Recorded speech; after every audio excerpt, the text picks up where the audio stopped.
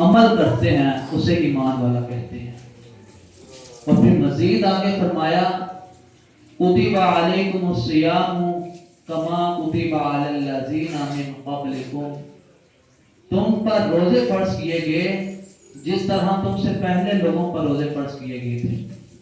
یہ صرف حضور علیہ السلام کی امت پر روزے فرض نہیں کیے گئے، بلکہ حضور علیہ السلام سے پہلے جتنی امتیں گزری ہیں ہر امت پر روزے فرض تھے، لیکن جس طرح شرف اعزاز حضور علیہ السلام کی امت کو ملا ہے اس طرح کا اعزاز کسی امت کو نہیں ملا۔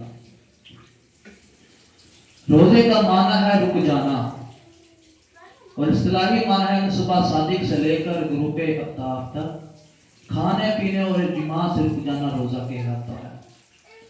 حضور علیہ السلام نے ابتدا میں مسلمانوں پر ہر مہینے 3 روزے رکھنے کی ہدایت کی تھی، اور پھر کیونکہ یہ روزے فرض نہیں تھے، پھر 2 ہجری میں رمضان المبارک کے روزے رکھنے کا قرآن مجید فرقان حمید میں حکم نازل ہوا، اور اس میں اتنی رعایت تھی کہ جو لوگ روزہ رکھ سکتے ہیں مگر پھر بھی نہیں روزہ رکھتے، وہ ہر روزے کے بدلے ایک مسکین کو کھانا کھلائیں۔ پھر جب دوسرا حکم نازل ہوا تو اس رعایت کو منسوخ کر دیا گیا، ختم کر دیا گیا، اور اس میں اتنی رعایت ہے کہ جو شخص مسافر ہو، مریض ہو، حاملہ خواتین ہو، بچے کو دودھ پلانے والی عورتیں ہوں، بوڑھے لوگ ہوں، وہ روزہ رکھنے کی استطاعت نہیں رکھتے، روزہ نہیں برداشت کر سکتے، نہیں رکھ سکتے، وہ عذر کی بنا پر ان کو روزے کی رخصت ہے۔ لیکن جب ان کا عذر ختم ہو جائے تو وہ روزے کی قضا کریں گے کہ جتنے رمضان المبارک کے روزے چھوٹے ہیں انہیں روزے معاف نہیں ہیں مگر ان کو یہ رخصت ہے۔ اور پھر مزید آگے فرمایا لعلکم تتقون، تاکہ تم پرہیزگار بن جاؤ۔ کیا بن جاؤ؟ پرہیزگار بن جاؤ۔ اور اس آیت مبارکہ کے آخری حصے میں لعلکم تتقون کی وضاحت کرتے ہوئے مفتی احمد یار خان نعیمی رحمۃ اللہ علیہ تفسیر نعیمی میں فرماتے ہیں کہ اس میں روزے کی حکمت کا ذکر ہے کہ اے ایمان والو، تم پر روزے اس لیے فرض کیے گئے تاکہ تم جہنم کی آگ سے بچ جاؤ، تم پرہیزگار بن جاؤ۔ اور مزید فرماتے ہیں کہ گناہ کرنے والا نفس ہے، نفس گناہ کرانے والا ہے۔ جب یہ کھاتا پیتا ہے تو اس میں طاقت آ جاتی ہے، یہ مضبوط ہو جاتا ہے۔ جب بندہ روزہ رکھتا ہے تو روزے سے اس کی نفس کی طاقت ٹوٹ جاتی ہے، کم ہو جاتی ہے، تو وہ بندہ گناہوں سے بچ جاتا ہے، گناہوں کی طرف رغبت بھی کم ہو جاتی ہے اور وہ پرہیزگار بن جاتا ہے۔ معلوم ہوا کہ ماہ رمضان ماہ تقوی ہے، اور ماہ رمضان کو تقوی کے ساتھ گزارنا چاہیے۔ اور پھر مزید آگے فرمایا ایام معدودات، یہ صرف چند گنتی کے دن ہے، فرض روزے صرف چند گنتی کے دن ہے۔ ماہ رمضان المبارک 1 مہینے کا ہوتا ہے، اور اس کے اندر بھی 29 یا 30 دن ہوتے ہیں، یہ بھی چاند پر ڈیپینڈ کرتا ہے، لہذا گھبرانے کی ضرورت نہیں ہے۔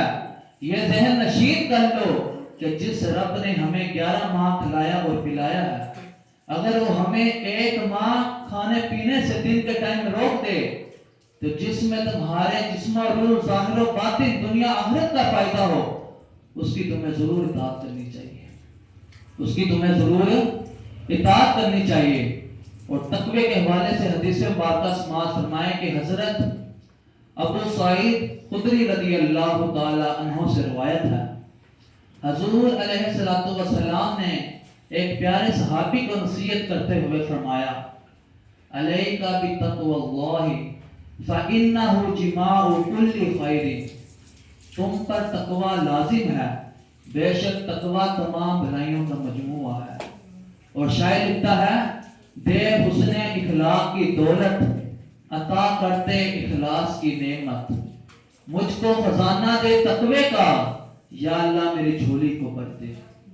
اور اسی کے ضمن میں خلیفۃ الدوم خلیفۃ الثانی حضرت عمر فاروق رضی اللہ تعالی عنہ کا واقعہ سماعت فرمائیں کہ حضرت عمر فاروق رضی اللہ تعالی عنہ نے حضرت کعب الاحبار رضی اللہ تعالی عنہ سے کہا، اے کعب تقوی کیا ہے؟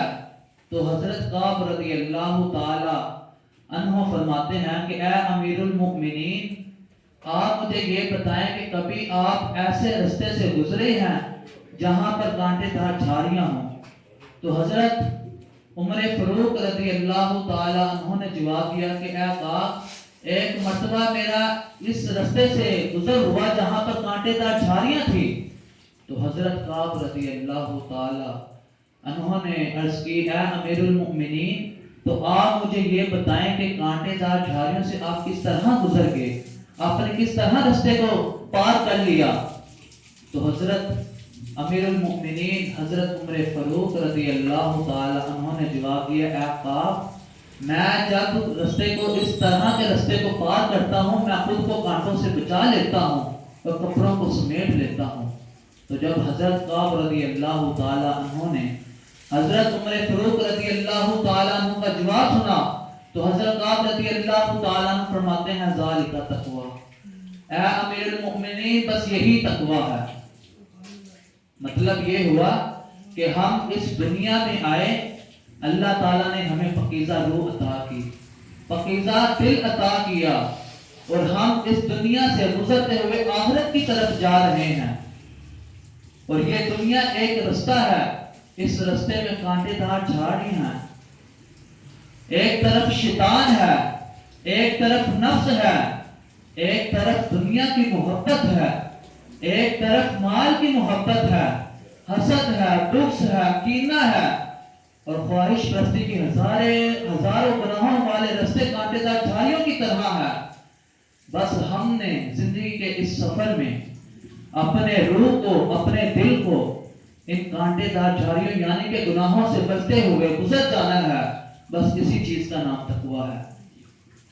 اللہ تعالیٰ نے ہمیں اس دنیا میں پیدا کیا، اس دنیا میں آنے کے بعد ہمیں پاکیزہ روح عطا کی، پاکیزہ دل عطا کیا، اور اس دنیا میں کانٹے دار جھاڑیوں کی طرح دنیا کی محبت ہے، مال کی محبت ہے، شیطان ہے، نفس ہے، حسد، بغض، ہزاروں گناہ ہیں۔ ہم نے یہ ہزاروں گناہوں کو چھوڑتے ہوئے اس دنیا سے چلے جانا ہے۔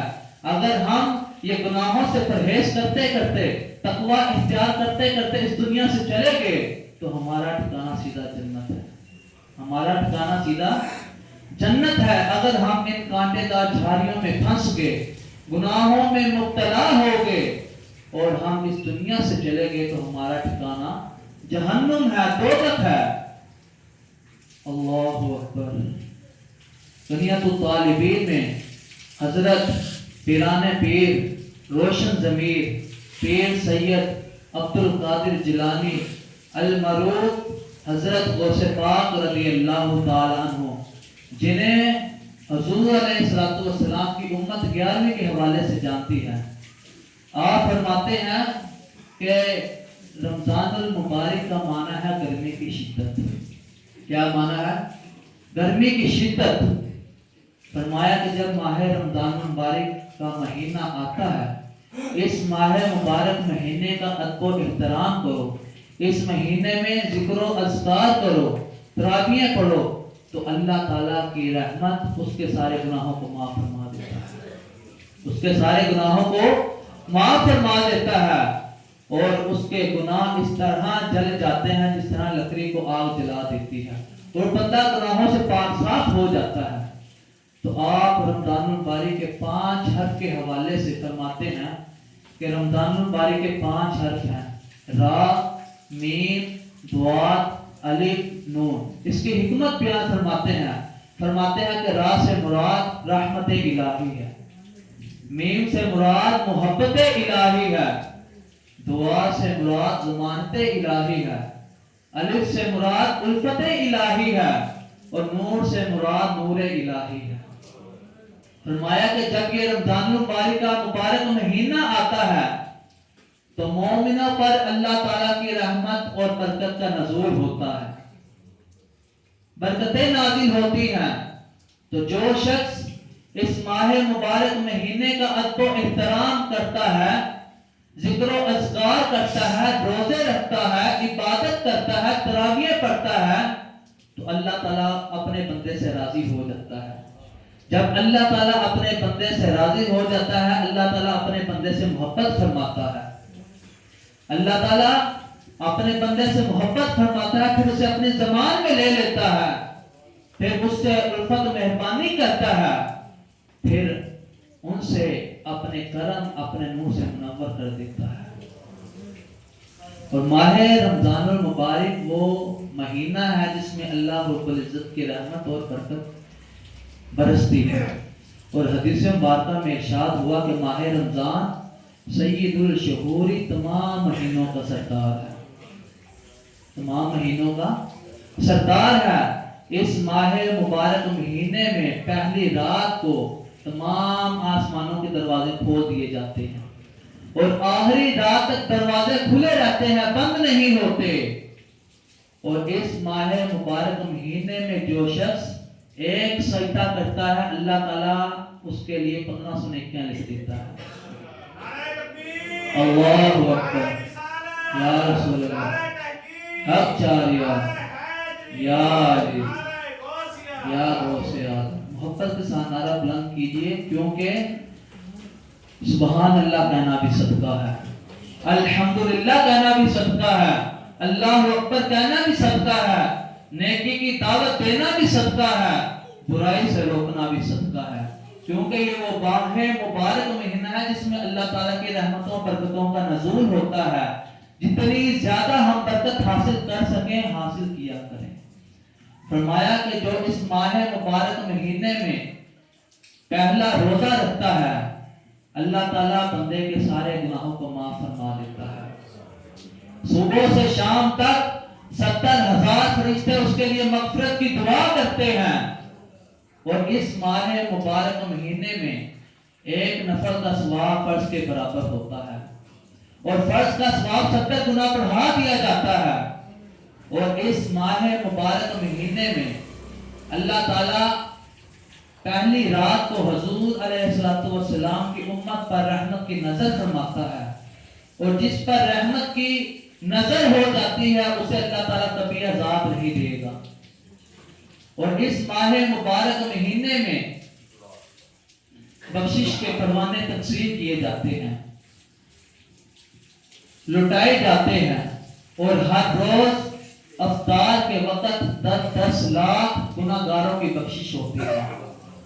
اور اس ماہ مبارک مہینے میں جب جمعے کا دن آتا ہے اس دن وارے نیارے ہو جاتے ہیں۔ حدیث مبارکہ کے مطابق شب جمعہ روز جمعہ یعنی کہ جمعے والے دن اور شب جمعہ رات کو سورج غروب ہونے سے لے کر جمعے کے سورج غروب ہونے تک 10 لاکھ لوگوں کی مغفرت ہوتی ہے، اور ان میں مغفرت پانے والے وہ لوگ ہیں جن پر جہنم واجب ہو چکی ہوتی ہے۔ شاعر لکھتا ہے کہ عاصیوں کی مغفرت کا لے کر آیا ہے پیام، عاصیوں کی مغفرت کا لے کر آیا ہے پیام، مجرموں جھوم جاؤ رمضان ماہ غفران ہے۔ یہ وہ ماہ رمضان المبارک مہینہ ہے جس میں اللہ تعالیٰ خود فرماتا ہے کوئی مجھ سے معافی طلب کرنے والا میں اسے بخش دوں، ہے کوئی گناہ جو مجھ سے میری بارگاہ میں سچے دل سے توبہ کرے میں اس کے گناہوں کو معاف فرما دوں۔ یہ وہ ماہ رمضان المبارک ہے جس میں اللہ تعالیٰ کی ذات بڑی سخی ہوتی ہے۔ اللہ اکبر۔ اور حضرت عبداللہ بن مخرمہ رضی اللہ تعالیٰ عنہ محبت رکھنے والے، ذوق رکھنے والے صحابی رسول ہیں، محبت الہی میں رہنے والے صحابی رسول ہیں۔ آپ نے اللہ رب العزت کی بارگاہ میں ہاتھ اٹھائے اور دعا کی، یا اللہ مجھے اس وقت تک موت نہ آئے جب تک میرے جسم کا ہر عضو، ہر جسم کا ٹکڑا تک تکلیف نہ برداشت کر لے. ذوق دیکھیں, عشق دیکھیں کیسا ہے, مگر ہم لوگ دکھوں تکلیفوں سے دور بھاگتے ہیں. صحابی رسول کو دیکھیے کہ جو اللہ رب العزت کی بارگاہ میں دعا کر رہے ہیں, اے اللہ مجھے اس وقت تک موت نہ آئے جب تک میرے جسم کا ہر ٹکڑا تکلیف نہ برداشت کر لے. حضرت عبداللہ بن مخرمہ رضی اللہ تعالی عنہ کی یہ دعا جنگ یمامہ کے وقت قبول ہوئی, اور حضرت عبداللہ بن عمر رضی اللہ تعالیٰ عنہ فرماتے ہیں کہ جنگ یمامہ کے دن میں جنگ میدان میں گیا. جب جنگ ختم ہو گئی میں کیا دیکھتا ہوں کہ حضرت عبداللہ بن مخرمہ رضی اللہ تعالیٰ عنہ آپ کا سارا جسم زخموں سے چور چور ہے.